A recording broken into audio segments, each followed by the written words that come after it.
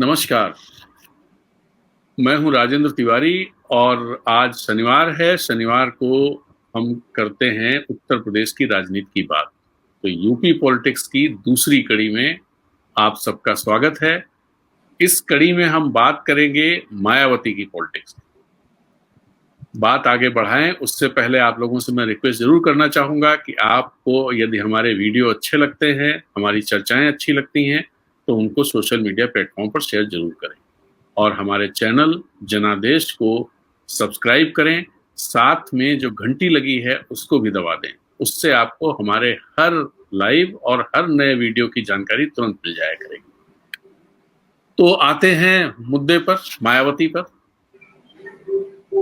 मायावती दरअसल इस समय भी जो स्थिति है, बहुत लोग सोच रहे होंगे कि मायावती की स्थिति उत्तर प्रदेश में बहुत खराब है, लेकिन इस समय भी उनके कद का देश में कोई दूसरा दलित नेता नहीं।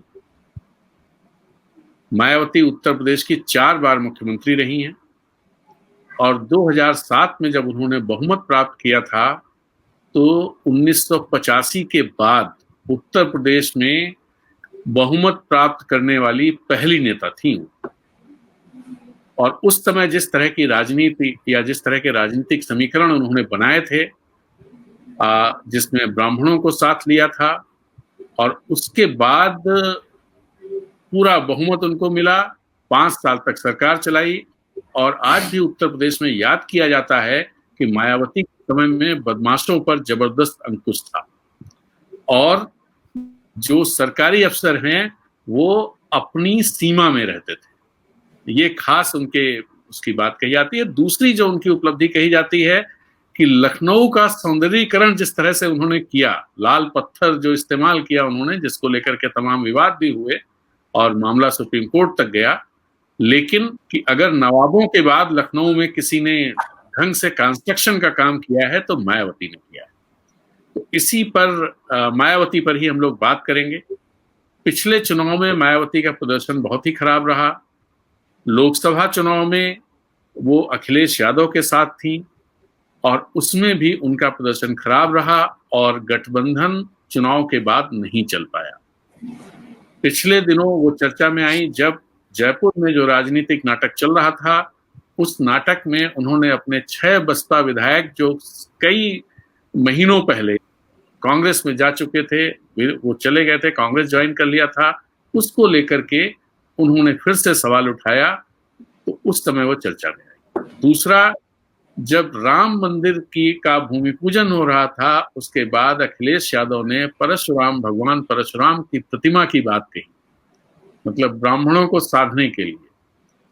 उस समय भी मायावती ने कहा कि वो सबसे बड़ी प्रतिमा लगवाएगी और वो भी एक चर्चा, काफी चर्चा रही उस बात की। लेकिन क्या वाकई इस प्रतिमा लगवाने की राजनीति से या इस प्रतीकात्मक जो चीजें हो रही हैं इनसे, या जिस तरह से उन्होंने गठबंधन किया था 2019 के चुनाव में, या जिस तरह से भाजपा की मदद करती हुई वो जयपुर में दिखाई दी, उस सबसे मायावती जिस राजनीति के लिए जानी जाती हैं या जिस राजनीति की शुरुआत उत्तर प्रदेश में उन्होंने की थी और 2007 में जो चरम पर पहुंची, क्या फिर से वो चीजें वो दोहरा पाएंगी?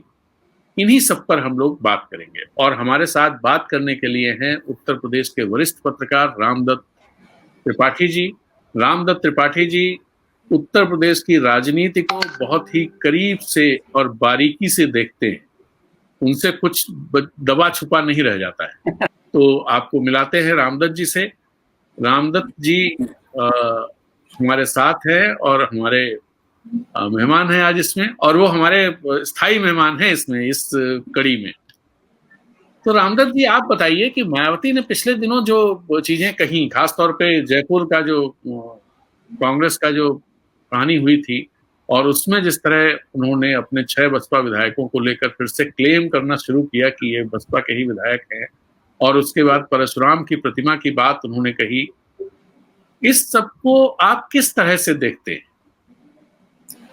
देखिए, मायावती की जो राजनीति है इस समय वो समझ में आने वाली इसलिए नहीं है कि वो स्पष्ट नहीं है कि वो जो सत्तारूढ़ भारतीय जनता पार्टी है इस समय केंद्र में और प्रदेश में, उसके विरोध में है, विपक्ष की राजनीति कर रहे हैं या सत्ताधारी दल की राजनीति कर रहे हैं। जिस तरह से राजस्थान में उन्होंने बीजेपी का गेम खेला, चाहे कोर्ट जाना हो विधायकों के उसको लेके, विधायक तो उनके बहुत पहले चले गए थे जी। और भी आप कोरोना का मामला ले लीजिए, किसी भी मामले पर वो ऐसा नहीं लगता कि वो विपक्ष की नेता है। जी। तो ये लग रहा है कि कोई या तो उनकी कोर दबी है। हाँ, ये कहा जाता है कि सीबीआई और बहुत सारी चीजें हैं जिनके चलते मायावती भाजपा जो जो कहती है, जो चाहती है, उसी तरह से काम करती है। इसमें कुछ सच्चाई है क्या? मतलब जो उनका व्यवहार है वो तो यही दिखाई दे रहा है। और एक जमाने में तो बहुत पहले आपको देखिए कि वो गुजरात नरेंद्र मोदी जी का चुनाव प्रचार करने भी गई थी, तो और पहली बार वो सत्ता में ही आई थी भाजपा के सहयोग से, और कई बार उन्होंने भाजपा का सहयोग लिया तो भाजपा का, लेकिन इस समय न वो विरोध में बहुत दिखती हैं न एकदम से उसमें जा रही। तो वही मैं कह रहा हूँ कि या तो कोई उनकी नस कहीं दबी है जिसको बीजेपी सरकार एक्सप्लॉइट कर रही है, और या फिर वो थक गई हैं और वो कोई ऐसी बार्गेनिंग कर रही हैं कि कोई ऐसी पोजीशन बार्गेन कर ले बीजेपी के साथ और बीजेपी से वो एब्जॉर्ब हो जाए, क्योंकि देखिए अब उम्र भी हो रही है और अब वो संघर्ष का मादा भी नहीं रहा और वो मिशन भी संघर्ष का नहीं रहा। तो एक बड़ा कंफ्यूजन है, और इसीलिए आप देखिए कि वो ज्यादा अट्रैक्ट करती हैं समाजवादी पार्टी पर या कांग्रेस पे। अगर प्रियंका आती हैं, सक्रिय होती हैं, तो कांग्रेस पर अटैक करने में कोई कसर नहीं छोड़ती हैं। या समाजवादी पार्टी ने जैसे कहा कि हम परशुराम की प्रतिमा लगाएंगे, तो उस पर फौरन उन्होंने आपत्ति की, अटैक किया। और तो ये अच्छा, दूसरी बात यह है कि अब जहां तक परफॉर्मेंस की बात है, पिछला चुनाव भी आप देख लीजिए, यही जो आपने जिक्र किया कि भाई अखिलेश यादव के साथ हुआ तालमेल, तो कोई बहुत फायदा नहीं हुआ। और आप यही तुलना कीजिए कि 93 में बाबरी मस्जिद गिरने के बाद 93-94 में जो चुनाव हुआ था, तो यही सपा बसपा ने मिलकर यहाँ बीजेपी का खेल खराब कर दिया था। जी। तो इसका एक चीज तो बहुत साफ है कि मायावती की स्थिति बहुत कमजोर है, पार्टी के नाते, संगठन के नाते बहुत कमजोर है। और आप नेताओं का ही लिहाज से ले लीजिए, मायावती की पार्टी में उनके अलावा अब कोई नेता नहीं है। जब कांशीराम के हाथ में बागडोर थी, तो कांशीराम का एक नारा हुआ करता था, जिसकी जितनी संख्या भारी उतनी उसकी हिस्सेदारी। जी। तो आप देखिए कई कुर्मी नेता, कई जो दलितों में भी कई नेता, आर.के. चौधरी थे या परशुराम वर्मा थे या रामलखन पटेल थे, या मुस्लिम नेता ही आप देखिए, ये सपा से समझौते से पहले बिजनौर से वो एक शेख साहब चुन के आते थे, तो वही गणित था कि भाई मुस्लिम दलित मिला के। तो इस समय उनके पास कोई बड़ी टीम भी नहीं है और ग्राउंड पे भी कोई सपोर्ट नहीं दिखता। धीरे धीरे घट के जो अति दलित और अति पिछड़ा वो बीजेपी की तरफ चला गया है, जो उनका आधार था। कारण क्या है, इसके क्या कारण है? एक समय वो बहुत ही तेज तर्रार नेता मानी जाती थी और ये समझा जाता था, इवन प्रधानमंत्री पद की दावेदार भी मानी जाती थी, और ये माना जाता था कि उत्तर प्रदेश मतलब मायावती। उसका वही मूल कारण वही है कि जो वो अपना जो नारा था या स्ट्रेटजी भटक गई। उन्होंने कहा था जिसकी जितनी संख्या भारी उतनी उसकी हिस्सेदारी, लेकिन आज तो नेतृत्व में वो किसी हिस्सेदारी नहीं है, बल्कि उनके भाई और परिवार के लोग भले थोड़ा दबे छुपे लेकिन वो आ गए हैं। तो उनकी पार्टी में आप देख लीजिए, और आप यही देख लीजिए कि जो लोकसभा और राज्यसभा में भी जो उनके नेता हैं वो अति दलित, अति पिछड़े, या जो बहुजन समाज जिसको वो कहती थी, जिसकी राजनीति शुरू हुई थी, वहां से नहीं है। उनके अगर कोई नेता है उनकी पार्टी में, हालांकि उनका भी ज्यादा कोई से नहीं है, वो भी बहुत सेफ प्ले करते हैं, सतीश मिश्रा जी हैं। तो जो दलित और पिछड़े समुदाय में या मुस्लिम समुदाय में उन्होंने एक तरह से उन्होंने सारे नेताओं को अपनी इनसिक्योरिटी की वजह से धीरे धीरे काट दिया है। तो उत्तर प्रदेश इतना बड़ा प्रदेश है, अगर आपके पास टीम नहीं है अलग अलग, तो उससे आप सक्सेसफुल नहीं होते उसके माध्यम से। और बीजेपी ने उनकी जड़ों को काफी खोखला कर दिया है इस वर्ग में। तो मुझे लगता है मायावती अपनी स्थिति को समझ रही हैं और इसीलिए फिलहाल वो अपने को सुरक्षित सेफ गेम प्ले कर रही हैं, ताकि जो देखिए मायावती से बहुत अपेक्षाएं थी, आपने सही कहा, और उनको सब लोग प्रधानमंत्री के रूप में देख रहे थे, क्योंकि पढ़ी लिखी हैं, लीडरशिप थी, आक्रामक थी, सब कुछ था। लेकिन उन्होंने अवसर गंवा दिया। 4 साल वो मुख्यमंत्री रही, लेकिन कोई ऐसी पॉलिसी और प्रोग्राम उन्होंने जो पिछड़े गरीब दलित समुदाय के लिए, आप देखिए प्राइमरी स्कूलों की जो हालत है, तो मायावती ने तो कोई सुधार उसमें ध्यान नहीं दिया। प्राइमरी हेल्थ की जो हालत है उसमें कोई सुधार नहीं दिया। जो परंपरागत रोजगार है, कुटीर उद्योग है, जिनमें शिल्पकार है, सब वही लोग आते हैं, तो कोई ध्यान नहीं दिया। तो उसका नतीजा रहा केवल जाति की जो राजनीति है। तो भाई उस राजनीति में बीजेपी ने उनको पछाड़ दिया है। वो छोटी छोटी जातियों को उन्होंने रिप्रेजेंटेशन दिया है, चाहे राजभर हो, चाहे कुर्मी हो, चाहे पासी हो। तो इसलिए मायावती की स्थिति वैसे तो काफी फिलहाल कमजोर लग रही है और मुझे लगता है वो कंफ्यूज भी हैं। क्या कंफ्यूजन आपको लगता है? क्या देखिए, सबसे बड़ा कंफ्यूजन तो मुझे लगता है कि स्ट्रेटजी वो तय नहीं कर पा रहे। हालांकि कभी भी उन्होंने मास पॉलिटिक्स उस तरह से नहीं की थी, संघर्ष की, धरना प्रदर्शन की। लेकिन जो सबसे बड़ा कंफ्यूजन है, देखिए मैं आपको एक ये दिखाता हूँ कि एक किताब है ये, कांशीराम और बीएसपी और दलित जो आंदोलन का वैचारिक आधार ब्राह्मणवाद का विरोध। तो देखिए जो इनका डीएनए था वो ब्राह्मणवाद का विरोध करके, और डीएनए जो इनका मूल था वो ये था कि भाई बहुजन को संगठित करना है। अब इन्होंने सत्ता के फेर में देखिए पहला जो गठबंधन हुआ था समाजवादी पार्टी के साथ, तो वो एक तरह से इनके अम्ब्रेला, जो पॉलिटिक्स का अम्ब्रेला ही था, वो भी पिछड़ों, मुसलमान और सबको रिप्रेजेंट करते थे, ये भी करते थे, तो उसमें कंट्रडिक्शन नहीं थे।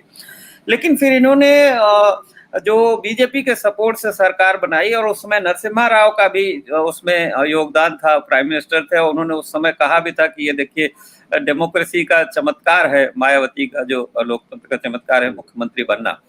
और फिर उसके साथ उन्होंने देखा कि भाई जब बीजेपी के साथ सरकार बनाई और अपने देखा कि भाई उससे ग्रास रूट पे, आप सही कह रहे हैं, ग्रास रूट पे लोगों को बहुत फायदा हुआ। जो पुलिस का उत्पीड़न है तो वो उसमें कमी आई, जो मिनिमम वेजेज है उसमें लाभ हुआ, और एक प्राइड जो स्वाभिमान, सामाजिक स्वाभिमान, उसका तो फायदा हुआ। लेकिन उसके बाद फिर उन्होंने क्या किया कि ये सोच के कि अब बीजेपी के साथ जब हमने सरकार बनाई तो सीधे फिर अपर कास्ट को उन्होंने पावर शेयरिंग का फार्मूला अपनाना शुरू किया, और उसी का नतीजा था कि भाई उन्होंने उस समय मुलायम सिंह सत्ता में थे, बीजेपी कमजोर थी, तो उन्होंने जो ब्राह्मणों को जो क्या हाथी नहीं गड़े से विष्णु महेश से ये नारा दे करके उन्होंने वो किया। लेकिन जब पावर में आए तो उसको वो सस्टेन नहीं कर पाई। तो जब पावर में आई तो जब सर्वजन की बात तो की, तो न वो बहुजन की रह गई न सर्वजन की रह पाई।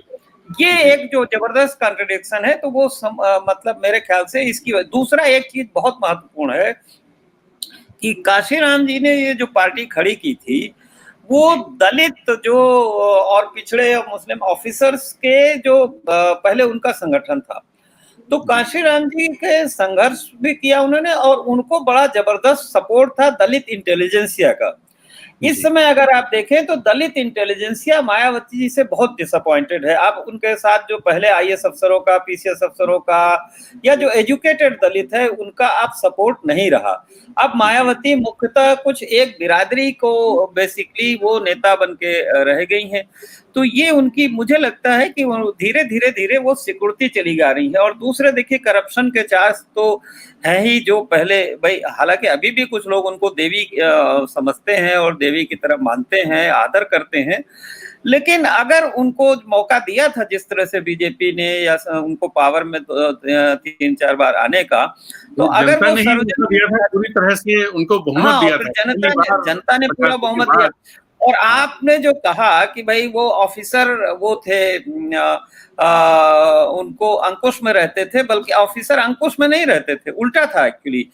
ऑफिसर्स के माध्यम से ही वो सरकार चला रही थी। उन्होंने ऑफिसर्स में भी देखिए एक पायलट को अपना कैबिनेट सेक्रेटरी बना दिया था, और उसके जरिए ब्यूरोक्रेसी पे वो बहुत ही मतलब मिसबिहेव भी करते थे ऑफिसर्स के साथ।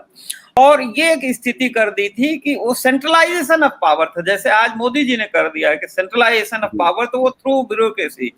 और उसमें क्या हुआ कि उसमें जो बीएसपी के ही लोग थे, हमें खुद मालूम है कि हम कैबिनेट सेक्रेटरी के यहाँ बैठे हैं, और ये होता था कि जो कैबिनेट मिनिस्टर हैं वो आके वहाँ अफसर बाहर खड़े रहते थे, पर्ची भेजते थे कि हमें मिलना है, फिर आके कहते थे कि साहब मेरे विभाग का सचिव मेरी बात नहीं सुन रहा है, मेरा ये काम मेरे घर के परिवार का बड़ी बदनामी हो रही, करा दीजिए। डीएम जो है वो उनके अपने जिले में कैबिनेट मंत्री का फोन नहीं उठाता था। तो मायावती ने सेंट्रलाइजेशन इस तरह से करके और कुछ ब्यूरोक्रेट्स के जरिए जो सरकार चलाई, उससे उनके पार्टी के जो नेता थे, विधायक सांसद पार्टी के लोग, उनका जनता से डिस्कनेक्ट हो गया। अगर आप किसी की हेल्प नहीं कर पा रहे, देखिए आज हमारी पॉलिटिक्स की सच्चाई ये है कि आपको छोटे छोटे बेनिफिट लेने के लिए, चाहे टॉयलेट का हो, रसोई गैस का हो, घर का हो, बिजली का, या आप ब्यूरोक्रेसी जो परेशान करती है तहसील में, थाने में, या आपको हॉस्पिटल में एडमिट भी होना हो, आज कोरोना है, हॉस्पिटल में बेड नहीं मिल रहा है, तो उसको आपको पॉलिटिकल पैट्रोनेज के बिना काम नहीं होता, ऑफिसर तो मिलते नहीं है आम आदमी से। मायावती ने अपने सारा प्रशासन ऑफिसर्स को जो सौंप दिया और उनके जरिए सारा जो चलाया, तो उससे पार्टी के जो लोग हैं वो उनकी प्रतिष्ठा और उनका जो प्रभाव था अपने अपने इलाकों में कम हो गया, और उसी का नतीजा है कि वो उबर नहीं पाए। क्योंकि भाई लोग तो इसलिए किसी पार्टी को महत्व देते हैं कि भाई वो उनके काम आए रोजमर्रा की जिंदगी में, क्योंकि जो ब्यूरोक्रेसी है, चाहे स्कूल का एडमिशन हो, चाहे नौकरी में भर्ती हो, हर काम में आपको पॉलिटिकल पैटर्न चाहिए। मतलब आप ये कह रहे हैं कि उनका जो पब्लिक कनेक्ट था वो खत्म हो गया, उनके जो तौर तरीके थे उनका पब्लिक कनेक्ट खत्म हो गया। मुझे एक वाकया याद आता है कांशीराम का। 2002 की बात है, मैं उस समय जम्मू कश्मीर में था और वहां उपचुनाव थे जम्मू सीट पर, लोकसभा संसदीय सीट पर। तो उस उपचुनाव में बसपा का भी कैंडिडेट खड़ा था और कांशीराम वहां पर कन्वेंसिंग के लिए आए थे, और वो एक इंटीरियर गांव में, पहाड़ी गांव में गए। मैं उनके साथ गया देखने के लिए कांशीराम की, मतलब इंटीरियर गांव में कैसे लोग उनको देखते हैं या चाहते। तो वहां पर ज्यादा लोग नहीं थे, लेकिन मैंने जो देखा तो मेरी आंखें खुली रह गईं कि बहुत सारे बुजुर्ग लोग कांशीराम को छू ले रहे थे आकर के, और वो अपने को धन्य मान रहे थे कि कांशीराम को उन्होंने छू लिया है। और वहां जो गीत गाए गए वो एक गीत थे, कांशीराम जी आए नू सुत्ते भाग जगाए नू, और ये बिल्कुल जो लोकगीत हैं वो गाए गए डोगरी में। और वो जितनी देर वहां पर रहे उतनी देर लोग बहुत अनुशासन में रह के उनके पास आते थे, उनको छू लेते थे और चले जाते थे। तो ये काशीराम ने जो दलित पॉलिटिक्स थी डॉक्टर अंबेडकर की, काशीराम ने उसको रिवाइव किया था, और उनका एक वैचारिक आधार भी था, और वो जो समझौते भी करते थे तो उसका एक टैक्टिस थी, क्योंकि वो मानते थे कि जो भी है सत्ता की चाबी हमारे होगी तो हम सत्ता के जरिए ही लोगों का फायदा करा सकते हैं। तो वो टैक्टिस था उनका, क्लियर था। लेकिन काशीराम ने न तो अपना कोई महल खड़ा किया, ना काशीराम ने अपने परिवार का कोई पैट्रोनेज दी, है ना। वो त्याग की एक तरह से मूर्ति लगते थे। मायावती जी भी एक अपकमिंग थी, एस्पायरिंग टीचर थी, लॉ की पढ़ाई किया, काशीराम ने उनको पढ़ाया, संघर्ष किया, साइकिल से बिजनौर में चुनाव प्रचार किया, हरिद्वार में किया, सब जगह करके और उनको ग्रूमिंग की। लेकिन उसके बाद मायावती का ऐसा जो एक कहते हैं कि काया पलट हुआ, तो वो अपनी तुलना और अपना जो तौर तरीके बिल्कुल आभिजात्य वर्ग के करने के, वैसे ही मुकुट पहनना, हीरे के जेवर पहनना, तो कुछ दिन तक तो इससे लोगों को, उनके समर्थकों को एक प्राइड महसूस हुआ कि भाई हमारी बेटी भी, हमारे समाज की बेटी भी राजा महाराजा की तरह रह सकती है। एक बार काशीराम ने कहा भी था उनको इसी तरह के संदर्भ में, कुछ बात भी कही थी महारानी और वे।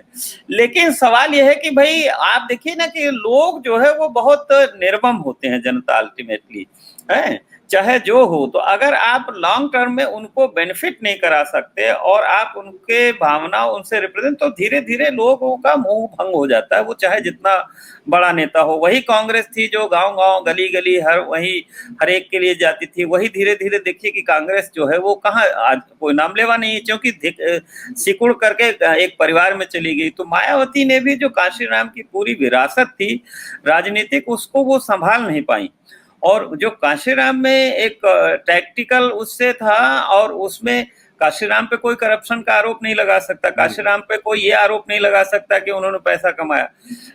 कहीं ना कहीं देखिए, आपको श्रद्धा दिल में होनी चाहिए, और श्रद्धा दिल में तभी होगी जब आप एक तो त्याग करेंगे, पब्लिक वेलफेयर के लिए काम करेंगे, और अगर आप भी परिवार अपना के लिए करने लगे, और अगर आप भी खाली आलीशान तरह से रहने लगे, और लोगों की जो लाइफ है, वो लोगों के जो जीवन स्तर है, उसमें अगर आप सुधार नहीं कर रहे हैं, कोई फेरबदल नहीं करे, तो उसकी फिर आपसे लोग दूर हट जाते हैं। तो इस समय आप देखिए कि अगर कोई और होता तो आज आप उसको करते। और मायावती इतना सब होने के बावजूद देखिए यूपी के बाहर वो नहीं कोई इम्पैक्ट डाल पाई, ना मध्य प्रदेश, ना बिहार, और राजस्थान में अगर जीते भी लोग तो भाई वो फिर चले जाते हैं। तो मुझे लगता है कि इस समय मायावती जो वैचारिक आधार खो चुकी हैं, न वो सर्वजन की रह गई, न बहुजन की रह गई, न वो दलित समाज को उस तरह से पॉलिटिक्स कर पा रही हैं। और मुझे लगता है कि वो इस समय बहुत सेफ गेम प्ले करना चाहती हैं शायद, ताकि कहीं ऐसा ना हो। मुझे लगता है कि जो लालू प्रसाद यादव का जो हर्ष हुआ, उससे भी मुझे लगता है कि कहीं न कहीं भय है कि आप देख लीजिए, यही इतना बड़ा इशू हुआ, प्रशांत भूषण का इतना बड़ा इशू हुआ, मायावती खुद एडवोकेट थी, और इस मसले पर मायावती कुछ नहीं बोली। तो वो एक तरह से सार्वजनिक जो राजनीति है, पब्लिक डिस्कोर्स से बाहर होती जा रही है। वो छोटे छोटे ट्वीट उन्होंने कर दिया, तो या तो वो थक गई हैं, निराश हो गई हैं, और या तो वो अब ये सोच रही हैं कि भाई कोई सम्मानजनक कोई रास्ता ढूंढ रही हैं कि कहीं बीजेपी में कोई सम्मानजनक आगे उपराष्ट्रपति या कोई ऐसा पद मिल जाए। आई डोंट नो, ये मेरा गेस है, मतलब मैं इसके कोई मेरी सूचना नहीं है। तो या तो वो चाहती हैं कि भाई कोई सम्मानजनक समझौता हो जाए बीजेपी के साथ, और क्योंकि वो अदरवाइज उनको फिर इतना इस समय प्रॉब्लम्स हैं लोगों को, रोजगार के और व्यवसाय की या बीमारियों की, उनको अपोजिशन की पॉलिटिक्स करनी चाहिए, तो वो नहीं कर रही हैं। तो क्या ये समझा जाए कि 1989 का जो चुनाव, लोकसभा चुनाव था, और यहाँ उत्तर प्रदेश में जो विधानसभा चुनाव था, उसमें जिस तरह से कांशीराम ने मेहनत करके बसपा को एक जमीन उस समय बनाई थी बसपा की, मुझे याद है मैं खुद अमेठी गया था देखने के लिए कि क्या चल रहा है। कांशीराम जी साइकिल से चलते थे, और नरही का यहाँ एक छोटा सा पाल होटल था, उसमें रुकते थे, और नगर निगम के सामने भी मीटिंग करने जाते थे, और हम उनका इंटरव्यू करने जाते थे स्टेट गेस्ट हाउस में। तो आराम से बनियान पहने और बहुत छोटा सा वो, तो कांशीराम एक अलग व्यक्तित्व था, और वो ही was honest to his cause. जो उनका मिशन था उसके प्रति वो ऑनेस्ट थे। वो अब वो लगाव अपने मिशन के प्रति कहीं मायावती में अब नहीं दिख रहा है, कमजोर हो गया कहीं नहीं, कहीं। तो क्या ये समझा जाए कि मायावती की पॉलिटिक्स अब खत्म हो जाएगी और बसपा अवसान की तरफ तो दिखाई दे रहा है, लेकिन वाकई क्या बसपा खत्म हो जाएगी? अब उसमें कोई सेकंड रैंक की लीडरशिप नहीं है। देखिए, उन्होंने ग्रूम ही नहीं किया, पहली बात तो कि कोई ग्रूम नहीं किया। मुझे लगता है जैसे और राज्यों में हो गया कि दलित राजनीति अलग से नहीं है, वो कहीं ना कहीं किसी न किसी पार्टी के साथ जुड़ के लोग हैं। चाहे महाराष्ट्र में देखिए, महाराष्ट्र सबसे बड़ा गढ़ था, आज महाराष्ट्र में क्या है देखिए, रिपब्लिकन पार्टी की क्या स्थिति है। बिहार में उन्होंने बनाई अपनी पार्टी रामविलास पासवान की, तो क्या पॉलिटिक्स है। तो और जो बीजेपी जिस तरह से छा रही है और जो पोलराइजेशन कर रही है, जो हिंदू बना मुस्लिम, तो उसमें और भी मायावती या बहुजन समाज पार्टी हो, चाहे कांग्रेस हो, चाहे समाजवादी पार्टी, सबकी राजनीति के लिए इस समय खतरा है। तो उसमें मायावती के लिए तो खास करके भाई ये है कि अगर आप एक जाति की पॉलिटिक्स कर रही हैं और आप पावर शेयरिंग नहीं करना चाहती हैं, पार्टी में भी आप जो कोऑर्डिनेटर्स हैं वो एक तरह से, और जो सबसे बड़ा यह है कि वो भी टिकट बेचने का हमेशा आरोप लगता है। तो मायावती ये भाई उनको एक सहूलियत सिर्फ ये थी कि उनके पास एक बोनस वोट था। जैसे मोदी जी के अंधभक्त हैं, उनकी संख्या ज्यादा है, तो वैसे मायावती के भी अंध भक्तों की संख्या है जो हर कॉन्स्टिट्यूंसी में है। लेकिन उसको वो जिस तरह से फिर वो टिकट में जिस तरह से उसको बार्गेन करके और अपने वोट दिलाती हैं, ट्रांसफर कराती हैं किसी बड़े धन्ना सेठ को या किसी बड़े माफिया को या किसी बड़े जमींदार को, तो वो जो उनका राजनीतिक आधार था, वैचारिक आधार था बेसिकली दलित पॉलिटिक्स का या पिछड़ों का, वंचितों का या अल्पसंख्यकों का, तो वो तो नहीं रह गया। तो अब आप और बहुत कुछ ये स्थिति समाजवादी पार्टी की भी है, ऐसा नहीं है, लेट अस बी फेयर। और कांग्रेस तो भटकी हुई है। तो भाई जो अपोजिशन पार्टीज का सबकी जो स्थिति है, वो मायावती उससे अलग नहीं है, क्योंकि वो उनके अंदर अब मादा नहीं रह गया ना संघर्ष का। हालांकि इस समय बहुत अवसर है, इस समय जो आप देखिए जो तो सरकार सरकार की जो नीतियां हैं, खासतौर पर मायावती के लिए बहुत मौके हैं उस तरह की सरकार की नीतियों से जो गरीब तबका है, पिछड़ा तबका है और जो अल्पसंख्यक है, जो बहुजन उनका 85%, उसकी तो परेशानियां हैं इस समय। सिस्टम में उनको कहीं ज्यादा सपोर्ट नहीं मिल रहा है। कुछ रसोई गैस और कुछ टॉयलेट और ये सब के अलावा जो बड़ा इस समय मुद्दा है, इकोनॉमी पूरी ध्वस्त है, खेती पूरी ध्वस्त है, छोटे छोटे रोजगार ध्वस्त है। तो पॉलिसी लेवल पे मायावती के पास कुछ कोई कॉन्सेप्ट ही नहीं है कि कोई भाई देने के लिए, फ्यूचर के लिए। तो सिर्फ हमको सत्ता में, आपको सत्ता में लाने के लिए तो केवल पब्लिक की रुचि नहीं है, उससे बड़ा कोलिशन इस समय बीजेपी ने खड़ा कर रखा है, चाहे वो दलित हो चाहे पिछड़े हो। और तो जो बीजेपी की पॉलिटिक्स है उसमें एक साथ उन्होंने सबकी पॉलिटिक्स को चौपट कर दिया है। और मायावती की पॉलिटिक्स तो इसलिए भी खास करके चौपट है क्योंकि वो अकेली एक व्यक्ति पर केंद्रित है ना, और एक ही स्टेट में है, बाहर भी नहीं है कहीं। कांग्रेस का तो यह है कि भाई चलो, हालांकि 90 के दशक में और 2000 के इस 21वीं सदी के पहले दशक में मध्य प्रदेश में 12 एमएलए उनके जीते थे और दूसरी जगह भी इस तरह की चीजें हुई हैं। देखिए ये जो ज्यादा एमएलए, ये ज्यादातर एमएलए इस तरह से होते हैं तिवारी जी, आप भी अनुभवी हैं, कि मान लीजिए जो हर क्षेत्र में कुछ लोग हैं जो एमएलए बनना चाहते हैं। अब उनको अगर मेन रूलिंग पार्टी से टिकट नहीं मिला, पहले कोशिश करते हैं पर्दे के पीछे, फिर अपोजिशन से करते हैं, नहीं होता तो फिर वो किसी का भी टिकट ले आते हैं सपा बसपा, और वो मेनली अपनी ताकत से जीतते हैं। और इसीलिए फिर वो चुनाव जीतने के बाद फिर वो अपने ढंग से जो बार्गेन करके वो चले जाते हैं। भाई राजस्थान में तो यही हुआ ना, वो चूंकि अपनी ताकत से जीतते हैं। चांस की बात है कि उन्होंने किसका टिकट मिल गया, तो वो चूंकि उनका एडजस्टमेंट नहीं हुआ वहां बीजेपी या कांग्रेस में, तो उन्होंने बीएसपी का टिकट ले लिया।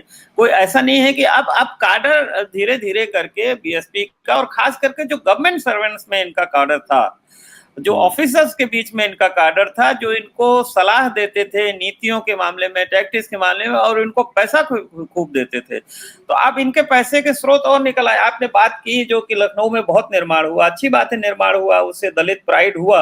लेकिन आज देखिए कि भाई उसी निर्माण को वो चाहती तो काशीराम जी के नाम पे पार्क के साथ साथ एक बड़ा हॉस्पिटल भी बना सकती थी, बड़ी यूनिवर्सिटी बना सकती थी, जिससे लोगों को एम्प्लॉयमेंट भी मिलता। और इनके जो दलित जो वो है, कोई अच्छे सोशल रिसर्च के इंस्टीट्यूट एक नहीं बनाए इन्होंने। इसके जितने इंस्टीट्यूट हैं, चाहे लखनऊ का गिरी इंस्टीट्यूट हो डेवलपमेंटल स्टडीज, चाहे इलाहाबाद का पंत इंस्टीट्यूट हो, ये तो नहीं, इन्होंने तो नहीं किया।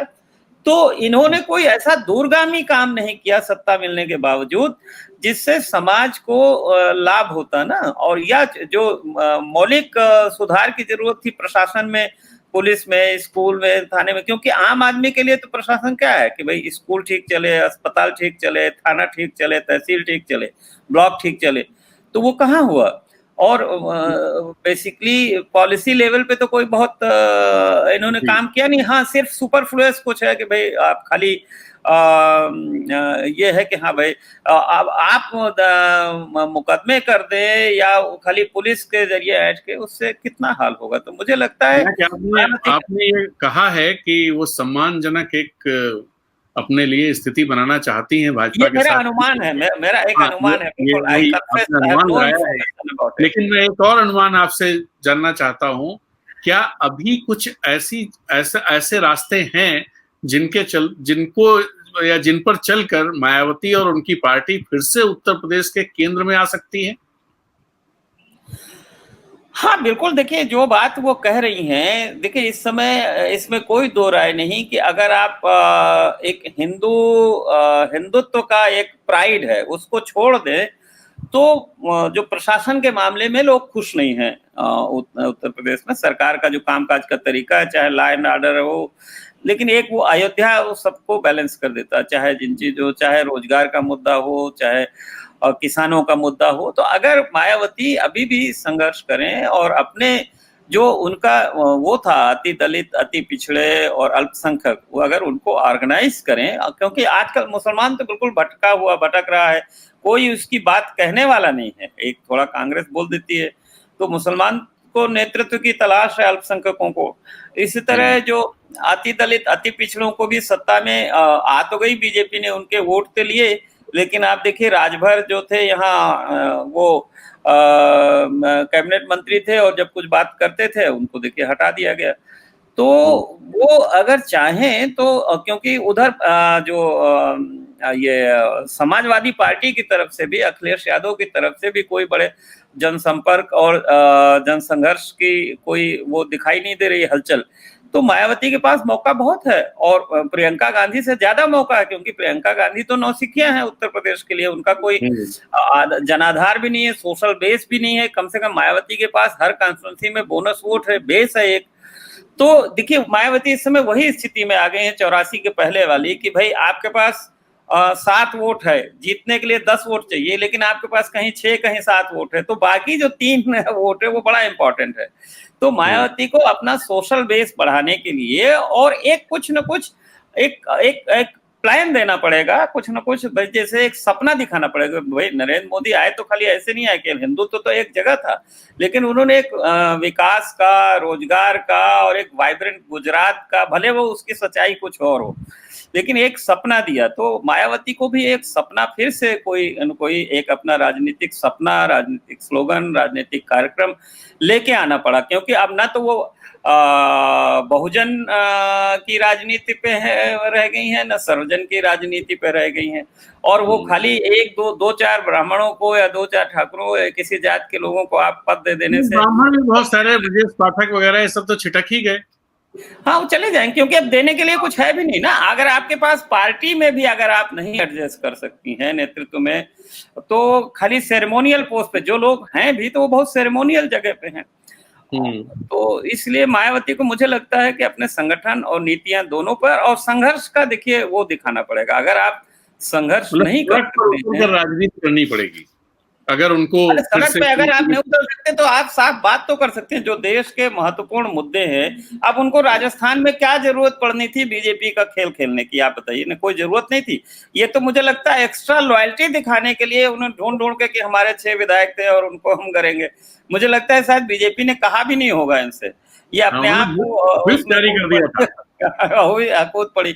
तो जाहिर है कि मुझे तो लगता है कि कहीं न कहीं कोई कमजोर नस दबी है, या वो थक गई हैं, और कोई वो सम्मानजनक, मुझे लगता है कि किसी सौदे की बार्गेनिंग का वो एक नहीं चाहती कि कोई चांस खराब हो, और अपने वो एक तरह से उन्होंने अपने कार्ड्स ओपन रखे हैं, और वो ऐसी जगह है कि वो कहीं भी मतलब अपना एडजस्टमेंट जहां हो जाएगा वहां चली जाएंगी वो। जैसे पिछली बार अचानक भाई सपा के साथ चली गई और फिर तोड़ ही दिया। हाँ, तो आपसे बातचीत में बहुत सारी चीजें पता चली, और हमारे दर्शक वाकई लाभान्वित हुए होंगे, कुछ दृष्टि मिली होगी बसपा की राजनीति को लेकर, मायावती को लेकर के। और जैसा रामदत्त जी का मानना है और उनका कहना है कि इस समय बहुत सारे इशू हैं, ऐसी स्थितियां हैं, लेकिन अगर वो उस तरह के राजनीतिक कार्यक्रम लेकर के लोगों के बीच जाएं, सड़क पर उतर कर राजनीति करें, तो उनके लिए फिर से उत्तर प्रदेश की राजनीति में केंद्र में आने का रास्ता खुल सकता है, जिसकी संभावना हालांकि कम दिखाई देती है, ऐसा रामदत्त जी का मानना है। तो इसी के साथ हम अपनी बात खत्म करते हैं रामदत्त जी। अगली बार फिर बहुत धन्यवाद आपका जी।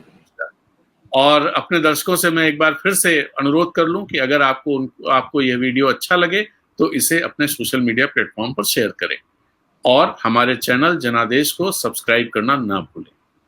इसी के साथ नमस्कार, अगले शनिवार को फिर मिलेंगे।